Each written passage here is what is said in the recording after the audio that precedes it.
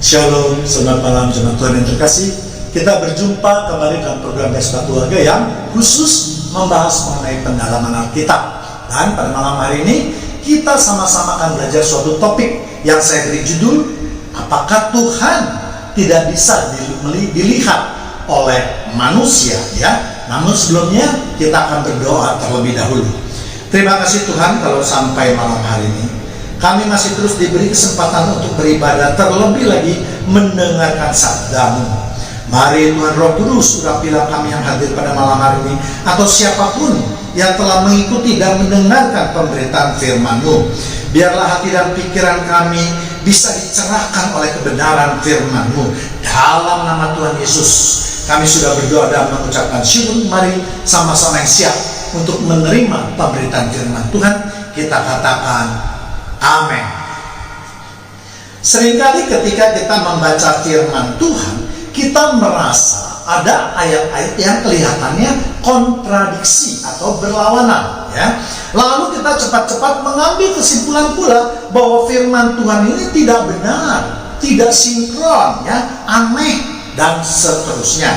Padahal kita semua tahu bahwa firman Tuhan ya dan amin, ya. Artinya firman Tuhan itu adalah sempurna, ya.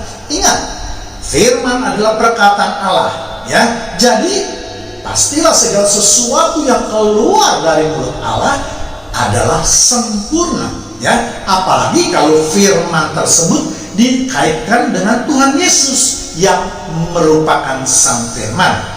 Namun hanya karena manusia kerap kali merasa sebagai makhluk yang paling tahu, maka seringkali kita mengabaikan hal tersebut, ya. Untuk itulah ketika kita membaca firman Tuhan dan ada yang kurang dimengerti, maka hendaklah kita berdoa memohon pertolongan Roh Kudus untuk dibukakan pengertiannya. Ya, jangan langsung kita mengambil suatu kesimpulan yang berdasarkan pemikiran kita sendiri, ya.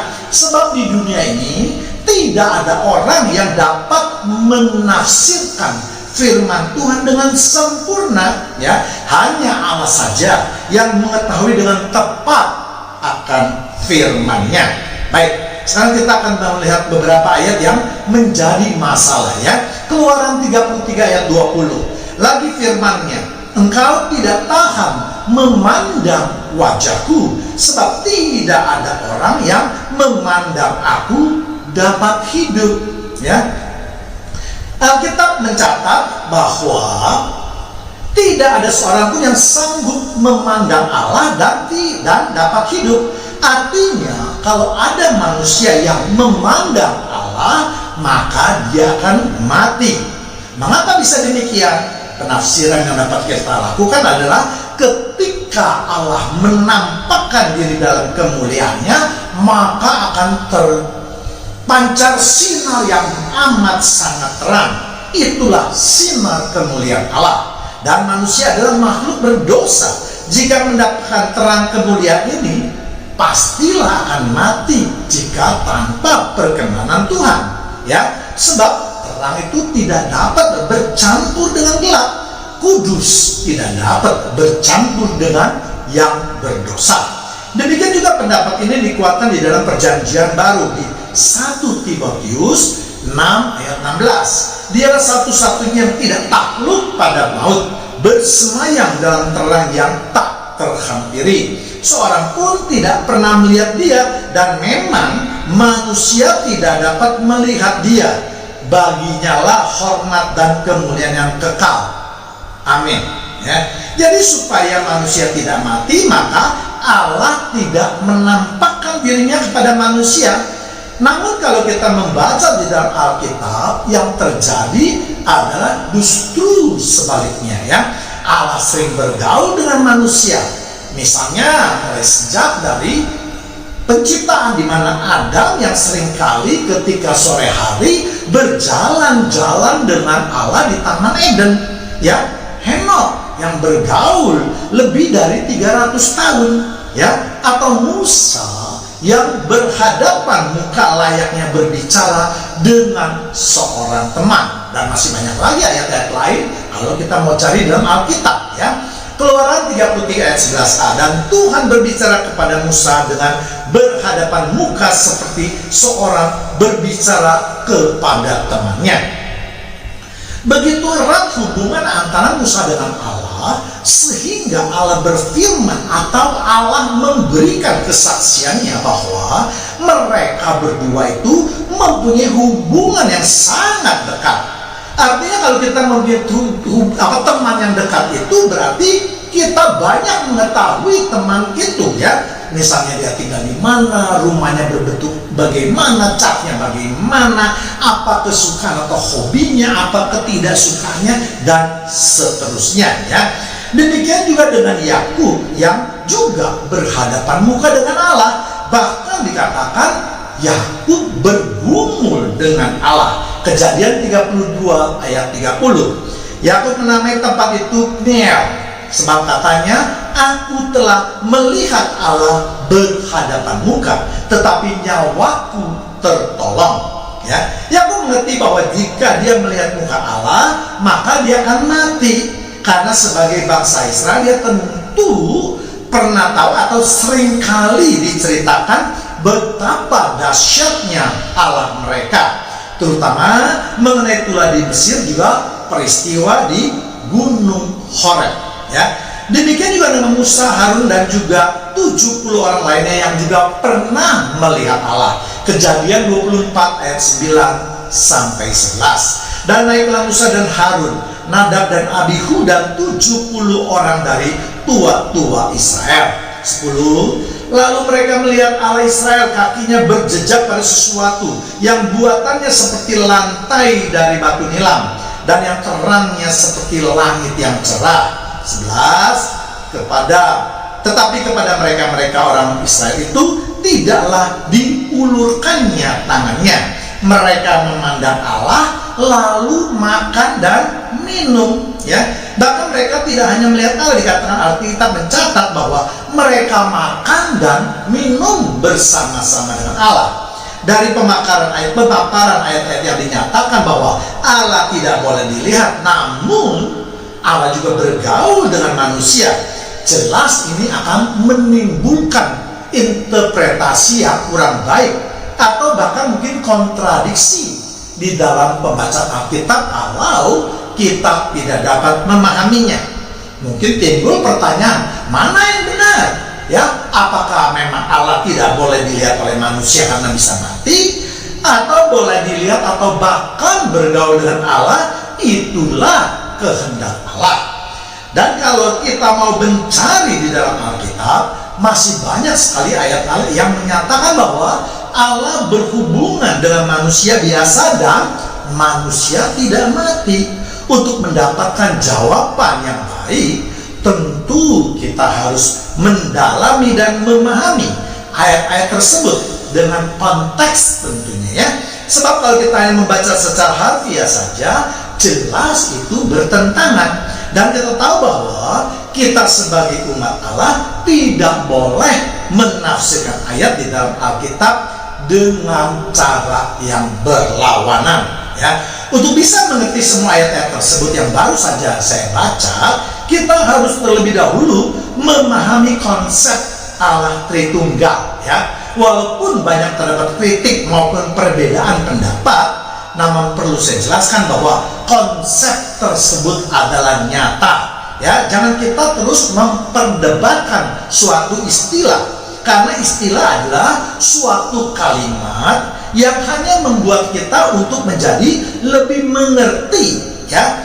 Tetapi yang penting adalah fahamilah dasar-dasar atau isi daripada konsep tersebut, daripada terus mempertentangkan arti Tritunggal, Allah Tritunggal ya. Tanpa memahami konsep itu, maka jelas ayat-ayat tadi akan ditafsirkan dengan cara yang salah ya. Seperti kita ketahui bahwa Bapa yang di surga yang disebut dengan 4 huruf kudus, yaitu Yod-Heh-Vav-Heh, atau yang biasa disebut dengan Adonai, memang tidak pernah bisa terlihat oleh manusia, karena Bapa terlalu suci untuk dapat dilihat oleh manusia yang berdosa. Bapa biasanya hanya berperan sebagai pembuat kebijaksanaan atau sebagai perencana. Sedangkan Tuhan Yesus atau Sang Firman yang melaksanakan tugas tersebut yang diberikan oleh Bapa, ya. Dan Roh Kudus adalah roh yang selalu menyertai kehidupan manusia, ya. Semuanya itu hanya mempunyai satu tujuan, yaitu usaha Tuhan untuk menyelamatkan ciptaannya yang seturut gambarnya. Untuk lebih jelasnya mungkin jemaat Tuhan yang terkasih dapat melihat video saya yang lain yang saya beri judul Fungsi Allah Trinitas. Jadi dalam ayat di dalam Alkitab yang menyatakan bahwa Tuhan Allah itu tidak bisa dilihat itu menyatakan eksistensi Bapa yang ada di sorga, ya. Bahkan Tuhan Yesus pun menyatakan demikian. Yohanes 1 ayat 18, tidak ada seorang pun yang pernah melihat Allah, tetapi anak tunggal Allah yang ada di pangkuan Bapa, dialah yang menyatakannya. Jadi Yesus menyatakan bahwa tidak pernah ada seorang pun yang pernah melihat Allah, maka kita harus mempercayai dan mengimaninya. Namun yang menjadi masalah adalah Allah mana yang tidak boleh dilihat oleh manusia. Sedangkan Allah anak tentu manusia pernah melihatnya, ya. Bahkan anak Allah pernah tinggal di antara kita. Allah Roh Kudus juga pernah kita lihat dalam wujud burung merpati atau api pada hari Pentakosta. Bahkan Allah Roh Kudus berdiam di dalam diri orang percaya, ya. Dengan demikian hanya ada satu Allah lagi, yaitu Allah Bapa. Allah inilah yang dimaksud tidak pernah dilihat oleh manusia, bahkan suaranya pun tidak didengar, ya. Yohanes 5 ayat 37. Bapa yang mengutus aku, dialah yang bersaksi tentang aku. Kamu tidak pernah mendengar suaranya, rupanya pun tidak pernah kamu lihat, ya. Firman ini mempertegas kembali bahwa Allah Bapa yang ada di sorga itu yang mengutus Yesus, artinya segala rencana itu berasal daripada Allah Bapa, dan Allah Anak hanya melaksanakan semua perintah tersebut. Dengan demikian tidak ada urgensinya bagi Allah Bapa yang di sorga untuk menampakkan dirinya. Kemudian kita akan melihat Allah mana yang dapat dilihat oleh manusia, bergaul dengan manusia, dan seterusnya, ya. Tuhan Yesus sudah ada sejak zaman penciptaan. Ketika dikatakan berfirmanlah Allah, maka itulah yang menandakan kehadiran Yesus. Yohanes 1 ayat 1 sampai 3 itu memperkuat penafsiran tersebut. Itulah sebab Yesus mengatakan bahwa dia ada sebelum Abraham ada, bahkan sebelum dunia diciptakan, ya. Yohanes 8 ayat 58. Kata Yesus kepada mereka, aku berkata kepadamu, sesungguhnya sebelum Abraham jadi, aku telah ada, ya.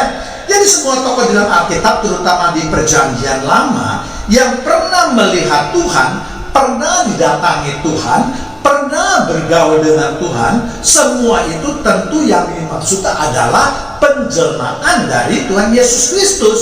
Misalnya juga pertemuan Abraham dengan Melkisedek. Kejadian 14 ayat 18. Melkisedek, Raja Salem, membawa roti dan anggur. Ia seorang imam Allah yang maha tinggi.